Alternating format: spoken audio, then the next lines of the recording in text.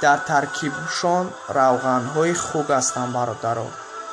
خدا نگهبانتان باشه، الله نگهبانتان باشه و دعاگو باشیم برادرها که تا همین روزه ما چیزهای حرام خورده گشته ایم. تا همین روزه دعاگو باشیم برادرها، خداوند ما را ببخشه. باقی در امان الله باشین. خدا حافظ.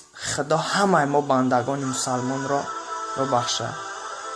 و با میرسانم برادرها که چیزی که گفتنی داریم برادرها در کامنتاری بنویسین. انشاءالله ما خودمان دستگیری میکنیم. چی کمدی باشه که ما دستگیری میکنیم و انشاءالله با خاطر رسان میکنیم که همون صورت هایی که هستن همون صورت ها را پنگ کنیم به تمام مردم مسلمان. خدا نگهبان. خدا همه ما بندگان مسلمان گناهکار را ببخشه. خدا حافظ.